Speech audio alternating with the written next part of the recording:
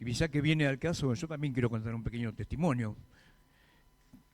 Cuando me tocó pasar por una etapa donde se, se terminó la seguridad laboral que yo tuve durante 27 años, recuerdo que fueron 2 años y 3 meses que estuve sin trabajo efectivo. ¿Saben qué sucedió esos 2 años y 3 meses? Nunca faltó el pan en mi mesa. Nunca me faltó trabajo. Tuve trabajo informal, pero trabajo. El día tenía, la semana tenía 7 días, pero si la semana hubiese tenido 10 días, yo tenía trabajo para cada día de esa semana. Por eso quiero contar este testimonio, que aún, como dijo Katy, aún en tiempos difíciles debemos ser fieles con nuestras ofrendas y con nuestros diezmos. Amén. Bueno, yo también quiero darle la bienvenida a Claudio y a... Tengo problemas con tu nombre, Daría es tu nombre, ¿no es así? Bueno, bienvenidos, hace mucho tiempo que los extrañábamos, igual que a Marita, Angelina, a Rosa Vilches, que la vi que andaba por ahí. Bueno, nos alegramos de volver a verlos. Y la palabra que quiero compartir esta mañana con ustedes, podría ser que un poquito... que se encienda esta luz. Yo debe ser que estoy medio mayorcito, que mi visión va mermando y necesito un poco más de luz. Gracias. La palabra que quería compartir hoy, yo la titulé Vocación de Servicio. Y lo que quiero compartir hoy tiene relación directa, como no puede ser de otra manera, por supuesto, y va siguiendo el hilo de lo que Dios nos ha estado hablando en estos últimos domingos acerca de la iglesia. Por lo menos de lo que yo conservo frescos en mi memoria. Porque yo lo defino así, de esta manera. La iglesia es la amada del rey. Así lo definió César. ¿Se acuerdan cuando nos visitó César? Y dijo que la iglesia es la amada de Dios, es la novia que se está ataviando, que se está preparando para las bodas. ¿Y cómo la ve Dios? Dios la ama y la ve preciosa. Si bien nosotros la miramos con nuestros ojos humanos y aún vemos defectos, pero Dios la ve perfecta, porque todavía no ha concluido con nosotros, con su iglesia. Aún el Señor está formando una iglesia, como después lo definió Omar, una iglesia santa, pura, sin mancha, sin arrugas. Y como Dios ama a su iglesia, obviamente debemos amarnos unos a otros, porque nosotros somos quienes componemos cada partecita de la amada del Rey, la iglesia santa.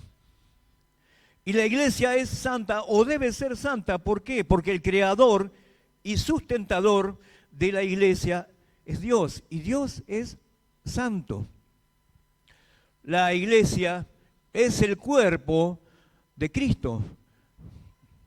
Me acuerdo que César lo definió como que la iglesia es una persona, y el ser el cuerpo de Cristo implica que debemos amarnos los miembros los unos a los otros.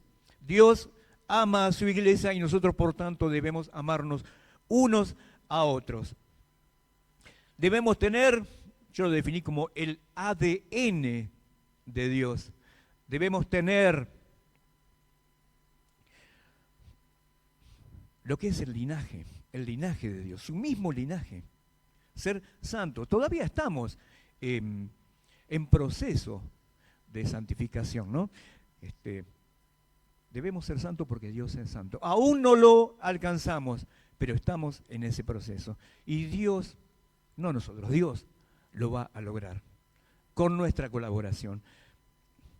Después lo que compartió Claudio, que decía que Dios es quien va edificando la iglesia sobre el fundamento. El fundamento no puede ser otro que Cristo. Nadie puede poner otro fundamento que el que ya está puesto, es Cristo. Y la iglesia la va edificando Dios mismo en colaboración con nosotros. Nosotros somos cada una de esas piedras vivas con las cuales Dios está formando un templo santo, una casa espiritual para ofrecer sacrificios espirituales agradables a Dios. Y parte de ofrecer esos sacrificios espirituales a Dios es también tener vocación de servicio.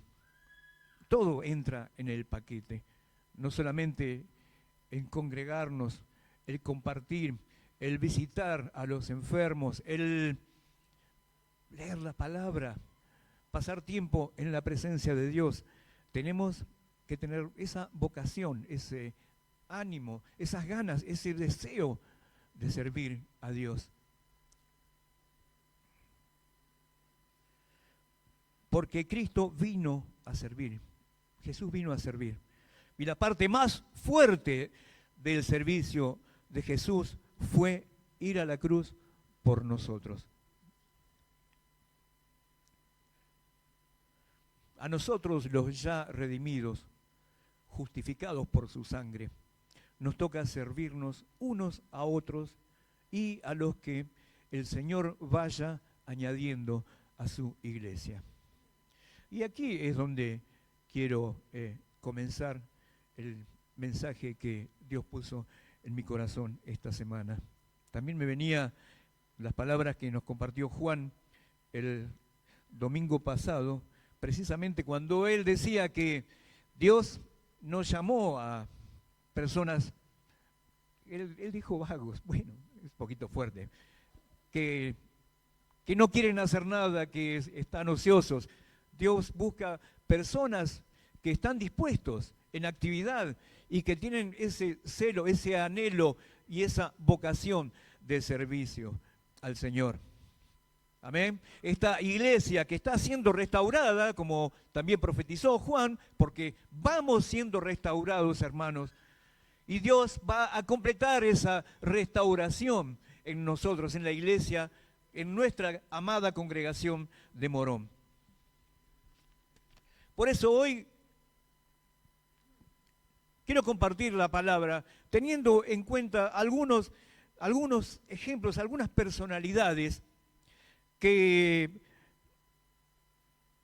yo iba a decir, sobresalieron, que estuvieron dispuestos a servir al Señor en el comienzo de aquella iglesia, cuando todo comenzó tras la ascensión de Jesús y con el advenimiento del Espíritu Santo. Con el primer mensaje de Pedro, aquella incipiente iglesia comenzó a gestarse y comenzó a crecer y comenzó a multiplicarse. En Hechos 2:41, y lo vamos a leer, Hechos 2:41, dice que los que recibieron su palabra, la palabra de Pedro, fueron bautizados y se añadieron aquel día como 3.000 personas. Pero más tarde la iglesia siguió creciendo, no mucho más tarde, enseguida. Perdónenme que he tenido una semana complicada, estuve algo congestionado y quizás mi garganta no esté portándose del todo bien.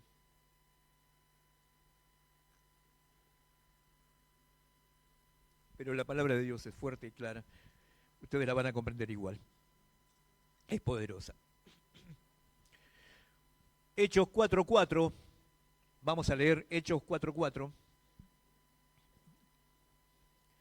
Vamos a leerlo desde el versículo 1.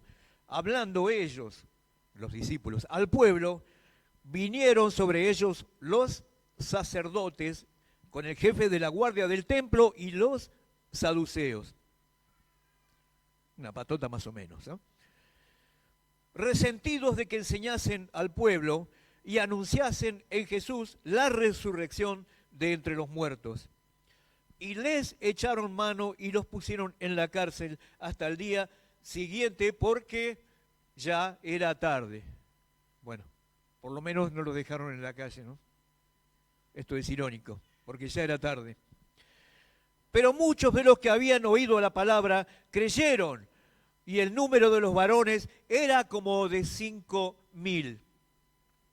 Aquí la palabra nos dice, nos habla de 5.000 varones, así que por lo menos serían el doble o el triple, porque no han contado a las mujeres y a los niños, se contaban a los hombres mayores. Después sucedió que por motivo de haber creído, muchos vendían sus propiedades y los llevaban a los discípulos para que los distribuyeran y así suplir las necesidades de todos, para que nadie pasase necesidades en este nuevo pueblo de Dios. Comían con alegría y sencillez de corazón. Pero como seguía creciendo el número de los redimidos, vamos a ver lo que dice la palabra en Hechos 6, del 1 al 7.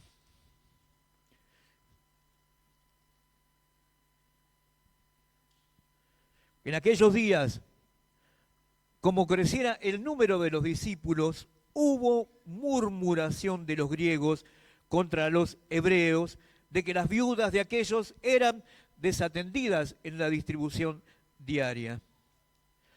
Entonces los 12 convocaron a la multitud de los discípulos y dijeron: no es justo que nosotros dejemos la palabra de Dios para servir a las mesas. Buscad, pues, hermanos, de entre vosotros a 7 varones de buen testimonio, llenos del Espíritu Santo y de sabiduría, a quienes encarguemos de este trabajo. Y nosotros persistiremos en la oración y en el ministerio de la palabra. Agradó la propuesta a toda la multitud y eligieron a Esteban, varón lleno del Espíritu Santo, a Felipe, a Prócoro, a Nicanor, a Timón, a Parmenas y a Nicolás, prosélito de Antioquía, a los cuales presentaron ante los discípulos, ante los apóstoles, quienes orando les impusieron las manos, y crecía la palabra del Señor, y el número de los discípulos se multiplicaba grandemente en Jerusalén. También muchos de los sacerdotes obedecían a la fe. Notemos que parece que a medida que la iglesia iba creciendo, no solamente ya tenían dificultades con las autoridades, sino que ya comenzaban los problemas domésticos. Ya no comían con alegría y sencillez de corazón. ¿Pero qué es lo que estaba sucediendo? Yo me acuerdo cuando tenemos el almuerzo fraternal, somos mucho menos, ¿no?, que los miles y miles que se habían convertido en aquella iglesia primitiva. Somos bastante menos, ¿no?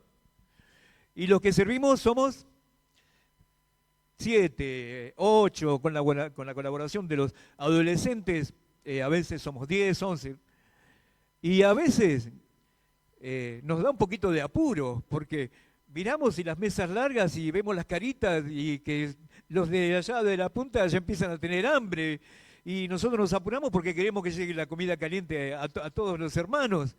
Y no digo que es una tarea difícil. Tarea difícil la tenían los apóstoles.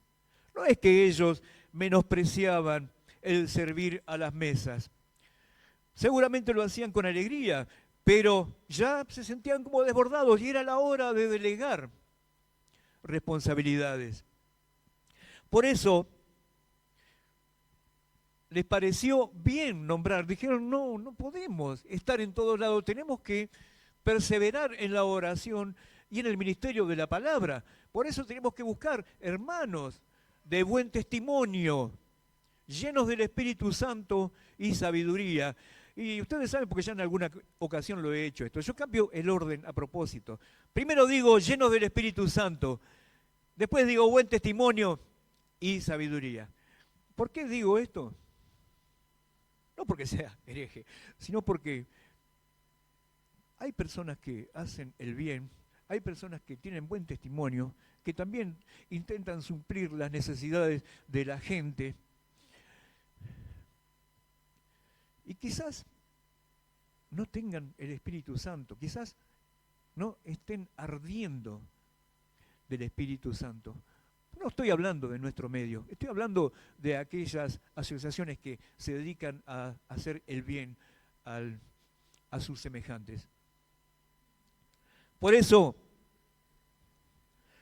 los requisitos, y decía que si tratamos de tener buen testimonio y andar flojito en nuestra relación con Dios, con el Espíritu Santo, y en algún momento esta fachada de aparentar tener buen testimonio, y en algún momento se nos va a caer.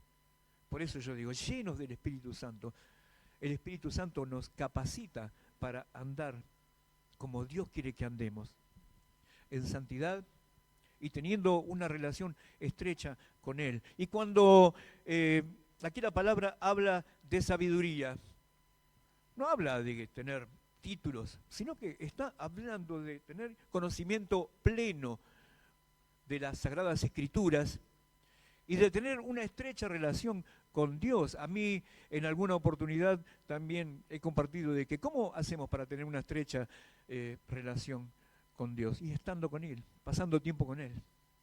Amén.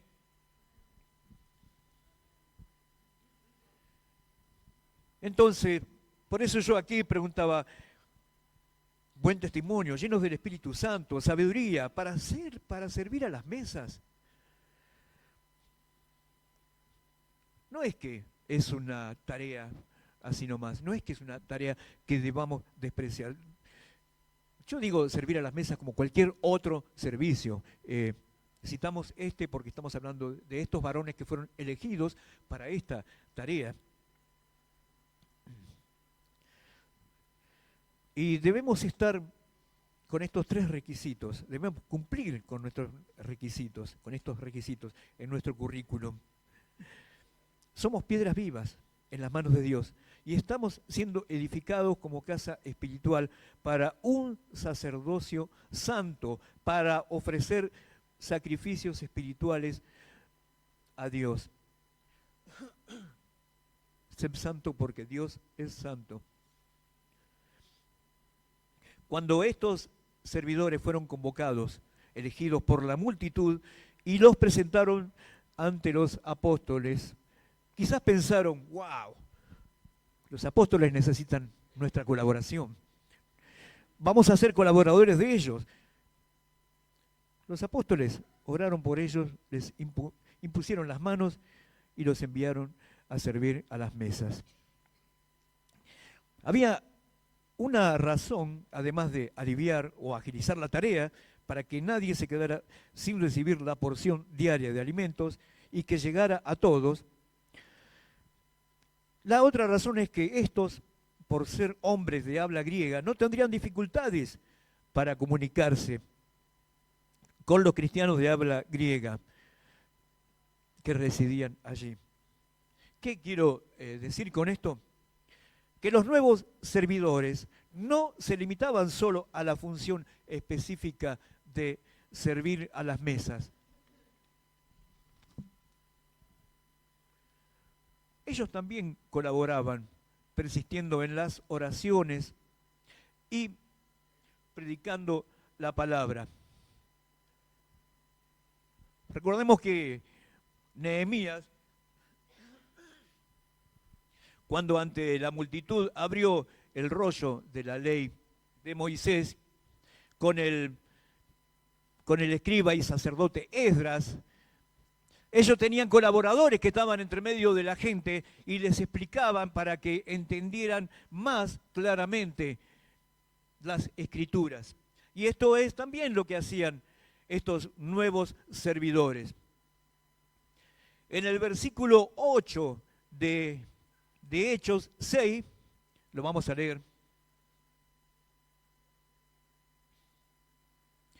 Dice que Esteban, lleno de gracia y de poder, hacía grandes prodigios y señales entre el pueblo.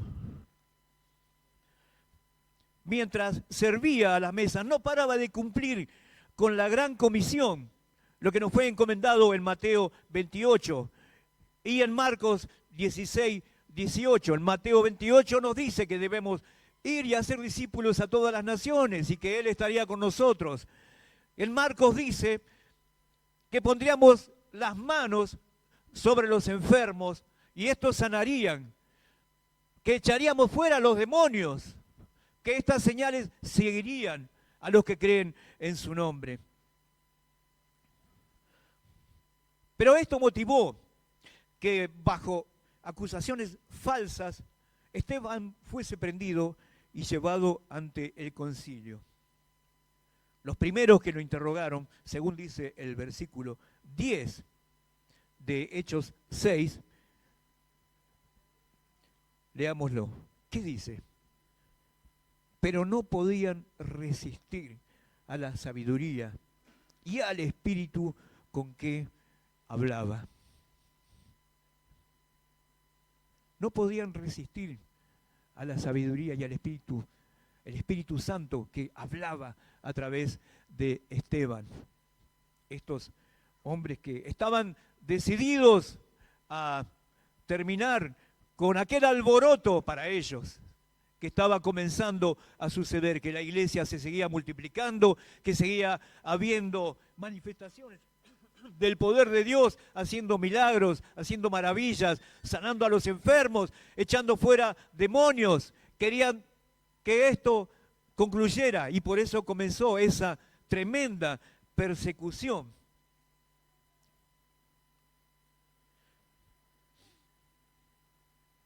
Después leemos, yo les animo a que Hechos 7, desde el versículo 1 al 60, lo lean en casa, léanlo.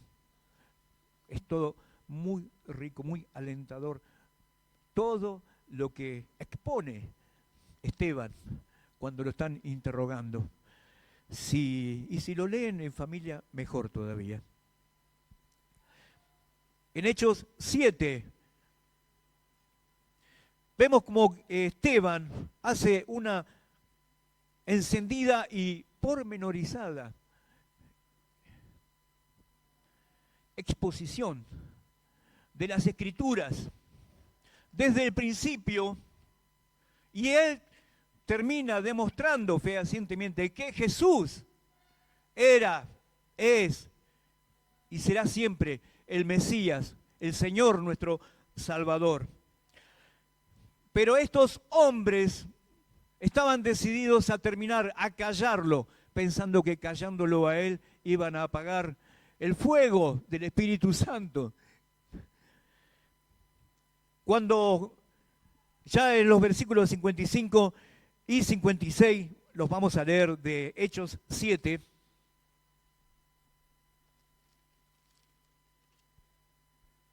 Esteban, lleno del Espíritu Santo, puestos los ojos en el cielo, vio la gloria de Dios y a Jesús que estaba a la diestra de Dios. Y dijo, he aquí veo los cielos abiertos y al Hijo del Hombre que está a la diestra de Dios. Lo cual enardeció aún más a sus ejecutores. Lo dilapidaron. Pero antes de morir, dijo, Señor Jesús, recibe mi espíritu. Y después dijo, no les tengas en cuenta este pecado. Este era un servidor que fue convocado para servir a las mesas. Hasta aquí la palabra nos habla de un hombre que amaba a Dios, sirvió a la iglesia con vocación de servicio. También tenemos el testimonio de Felipe.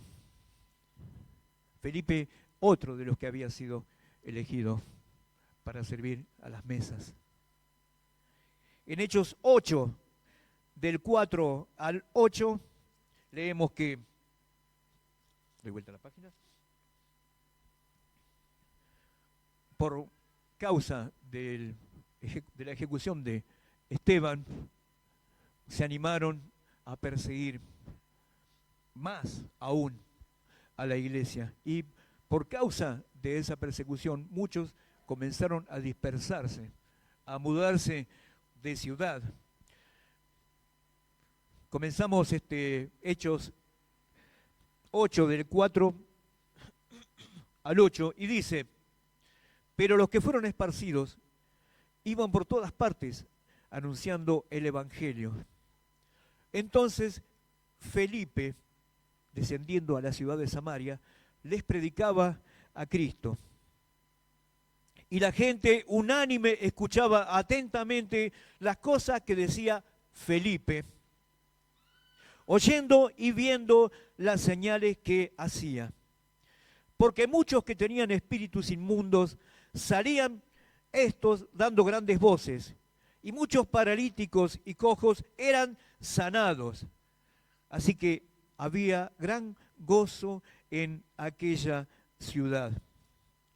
Fíjense que ya no podía servir a las mesas. No es que él dijo: yo no voy a, con el don que tengo yo, sirviendo las mesas, yo estoy para otras. No, él dejó de servir a las mesas porque vino la persecución, se tuvieron que ir, se dispersaron.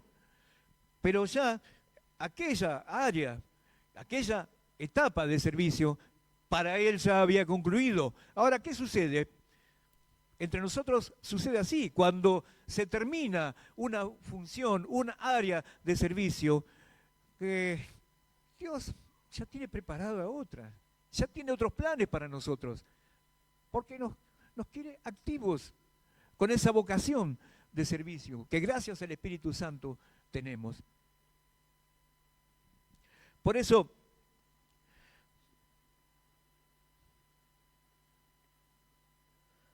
vean cómo Dios envió a Felipe a cumplir otra función aparte de la cual había sido en primer lugar. En Hechos 8:26 vemos como Felipe, un ángel del Señor, habló a Felipe diciéndole, vamos a leerlo hasta dónde termina, hasta el versículo 40. Un ángel del Señor habló a Felipe diciendo: levántate y ve hacia el sur por el camino que desciende de Jerusalén a Gaza, el cual es desierto. Entonces él se levantó y fue. Y sucedió que un etíope, eunuco, funcionario de Candace, reina de los etíopes, el cual estaba sobre todos sus tesoros y había venido a Jerusalén para adorar, volvía sentado en su carro y leyendo al profeta Isaías. Y el Espíritu dijo a Felipe: acércate y júntate a ese carro. Acudiendo Felipe, le oyó que leía al profeta Isaías y dijo: pero ¿entiendes lo que lees? El etíope le contestó: ¿cómo podré entender si nadie me lo enseña? Y le rogó a Felipe que subiese y que se sentase con él en el carro.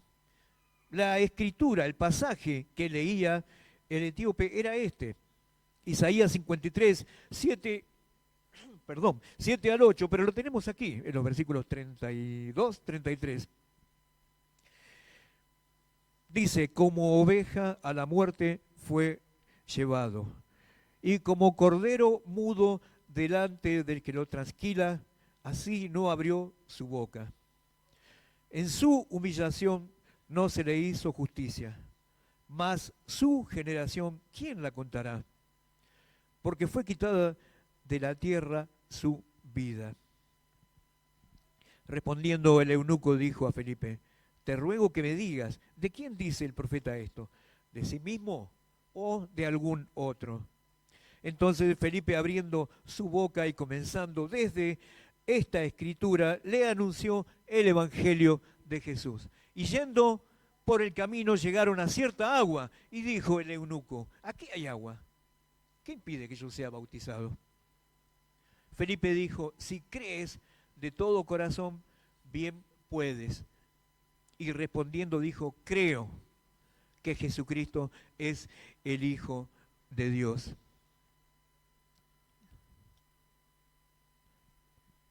A esto nos llama el Señor, a servir a muchos y a pocos también. Aquí el Espíritu lo llevó hasta donde estaba este eunuco que ya volvía a su casa, ya había ido a adorar, pero le faltaba algo. Leía las Escrituras, se ve que era piadoso, era fiel este eunuco, pero no entendía, no tenía el mensaje completo. Le faltaba conocer a Jesús. Y el Espíritu Santo envió a Felipe para que este hombre volviese a su país ya con Cristo en el corazón. Amén. Vocación de servicio.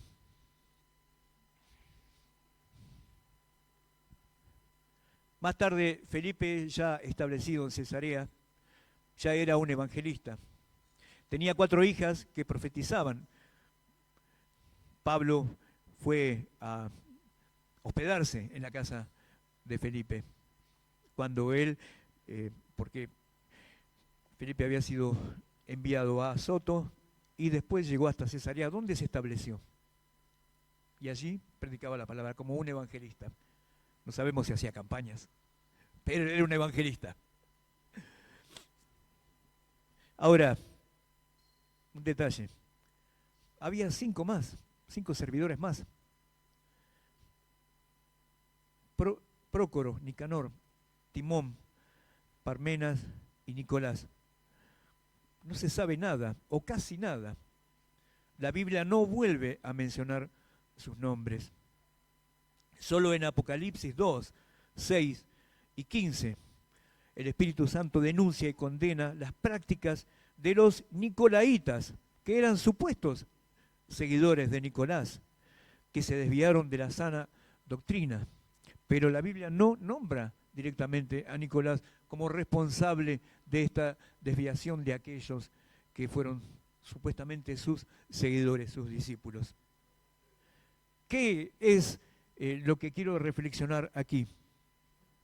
Que estos hombres no cumplieron con la función a la que fueron llamados. Sí que la cumplieron. Seguramente lo hicieron. Y seguramente estos hombres también, porque si no, la palabra no lo diría. Estos hombres eran hombres de buen testimonio, llenos de fe y del Espíritu Santo. Llenos del Espíritu Santo y de sabiduría. Pero sus nombres no trascendieron. ¿Saben qué? El anonimato no significa fracaso.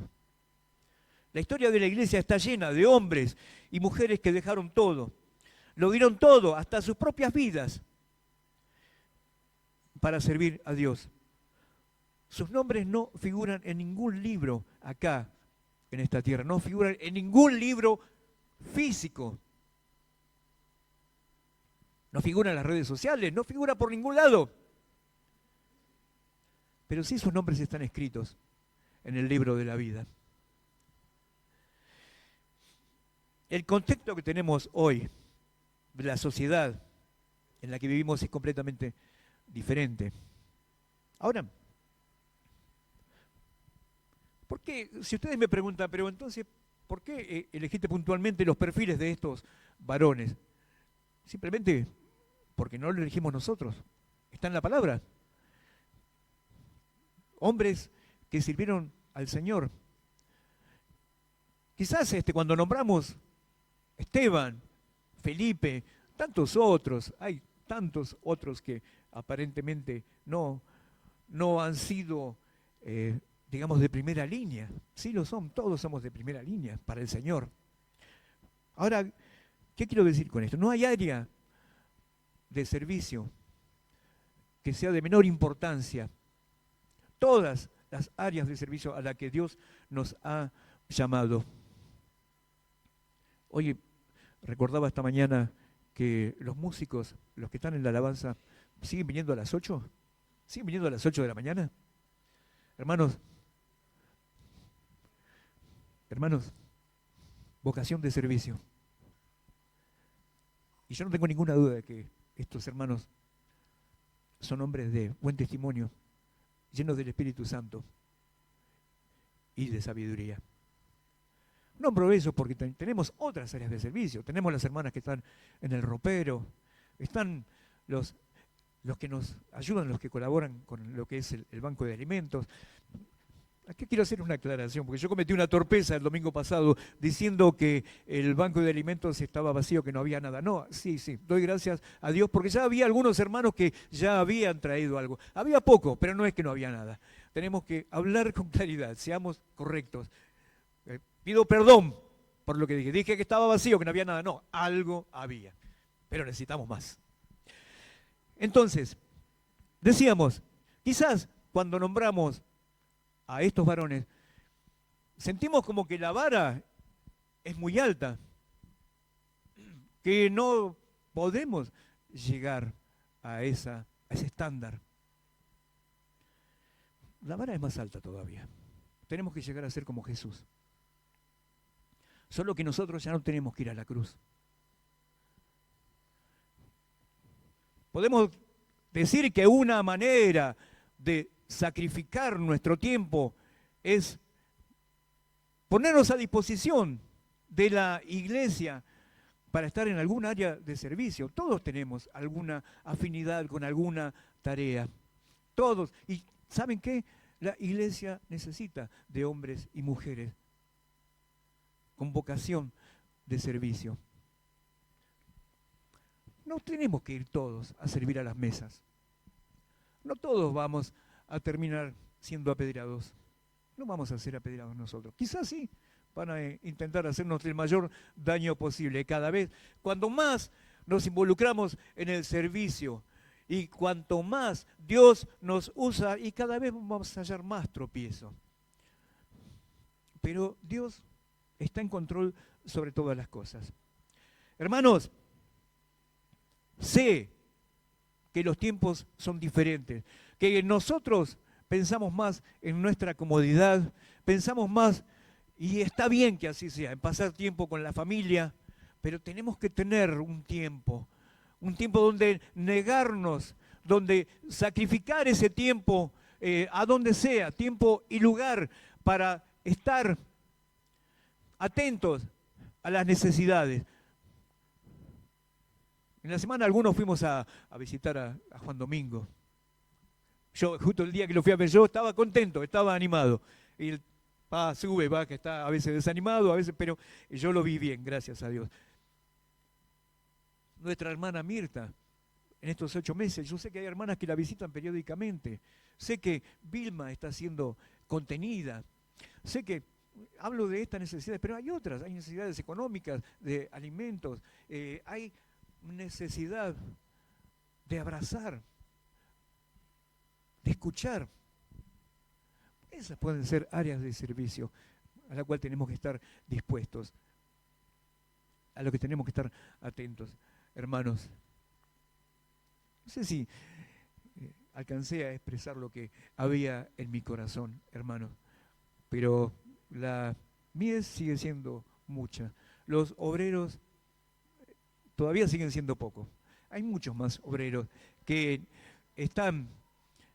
pueden estar dispuestos. Quizás no encuentran la manera, quizás no sienten que sean convocados o que sean importantes. Todos somos importantes.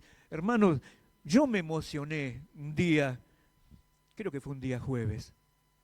Tuve que venir acá, tenía una reunión de discipulado con un hermano que justamente no vino hoy, y entro acá. Al entrar allá en la escalera, veo a 2 hermanos que estaban trepados en una escalera allá arriba, con una hidrolavadora, estaban hermoseando el frente de la congregación. Y no hago más que entrar acá y había un olor a pintura, y había un desorden, polvo por todos lados, pero veo a un hermano que estaba ahí con una brocha, no, ¿cómo se dice ahora? Bueno, estaba pintando esa pared. Pero lo que más me emocionó que su esposa estaba a unos metros detrás de él, sentadita con el bebé, que tenía poquitos meses. Hermanos, eso es vocación de servicio. Cualquier área en la que estemos dispuestos para servir al Señor, el Señor nos va a galardonar, nos va a poner, dice la palabra que debemos ser fiel en todo, pero si somos fieles en lo poquito, en lo poco. Porque cualquier cosita que hagamos para el Señor nos va a premiar, nos va a poner sobre lo mucho. Ya nos puso a todos sobre lo mucho. ¿Alguno tiene alguna duda de que Dios ya nos puso ya nos sentó en lugares celestiales junto con Cristo Jesús? Entonces, no agarremos la silla y quedémonos sentados. No, nos sentó en lugares celestiales, pero aquí tenemos que estar activos. Aquí tenemos que poner las manos en el arado, porque hay mucha necesidad, hermanos. Hay gente que todos los días se está yendo a una eternidad sin Cristo. Todos sabemos el servicio que están prestando Pablo Analía junto con algunos hermanos que están predicando las buenas nuevas de salvación a aquellos que ya tienen los días, perdón que lo diga de esta manera, pero es así, que tienen los días contados. Y ellos se van a una eternidad con Cristo, pero la familia queda. Hermanos, hay campo para servir. Dios necesita brazos, ojos, brazos para abrazar, ojos para mirar con compasión, con amor, oídos para escuchar. Y necesita también de nuestras piernas para que salgamos, para que vayamos a donde está la necesidad. Amén. Oramos, hermanos. No es habitual que yo haga esto, pero hoy sí les quiero pedir, pónganse de pie, hermanos. Pónganse de pie. Y me gustaría, el que no así no lo sienta no lo haga, pero a mí me gustaría levantar mis brazos al Señor y decirle: Señor, heme aquí, dispuesto estoy en nuestra oración hoy. Padre, te damos gracias.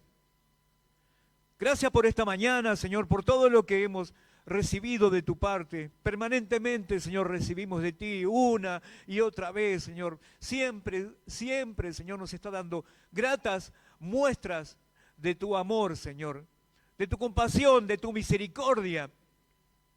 Señor, y así como vos hiciste con nosotros, te place que también hagamos, Señor, para con los demás, porque vos diste tu vida por nosotros, Señor. Señor, y no te guardaste nada, absolutamente nada, te diste todo. Hasta la última gota de tu sangre fue derramada en favor nuestro. Señor, ¿y de qué manera podemos retribuirte ese sacrificio? El habernos amado de tal manera, Señor, que te diste a ti mismo por cada uno de nosotros. Señor, por eso es que aquí levantamos nuestras manos, Señor, y decimos, henos aquí, Señor, dispuestos a servirte. Señor, poné en cada uno de nosotros, Señor, este anhelo, este sentir que hubo en Cristo Jesús, que haya también en nosotros, Señor, el de dar nuestra vida, Señor, el sacrificio por ti, Señor. Señor, no solamente estar todos los días en tu presencia, leer tu palabra, Señor, saber, tener la seguridad de que vos estás en control sobre todas las cosas y que nada nos va a acontecer que no esté dentro de tus propósitos. También, Señor, pon en nosotros, Señor, este anhelo. Despierta en nosotros esta vocación para servirte, Señor, con los dones que vos estás derramando sobre la iglesia, porque vos estás derramando dones. Así como estás restaurando la iglesia, también estás derramando dones en cada uno de nosotros.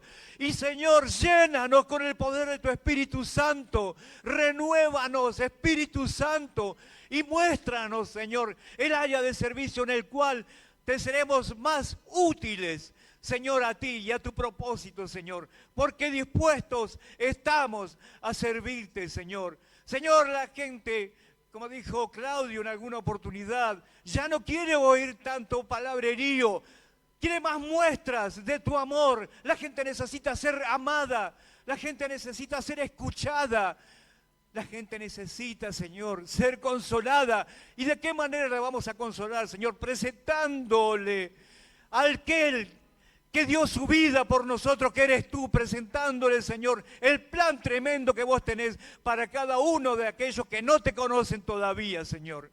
Señor, y te pedimos que restaures a aquellos que están desanimados, que levantes a los que están desanimados. Te pedimos, Padre, que, Señor, ahora los animes, que los levantes y que le des fuerzas a los que no tienen ninguna, que levantes al caído, Padre. Señor, y que ahora nos levantemos, Señor, como ese ejército que debemos ser, Señor, que para ir, Señor, a luchar la buena batalla de la fe, pero en ese andar, Padre, no dejar soldados heridos tirados en el camino, Señor, sino ayudarlos a que se levanten, curar sus heridas, sanarlos, Padre, Señor, para que pronto puedan estar restablecidos y en su lugar de combate, en el lugar donde vos lo pusiste o en el área donde vos lo querés poner. En el nombre de Jesús, en el nombre de Jesús.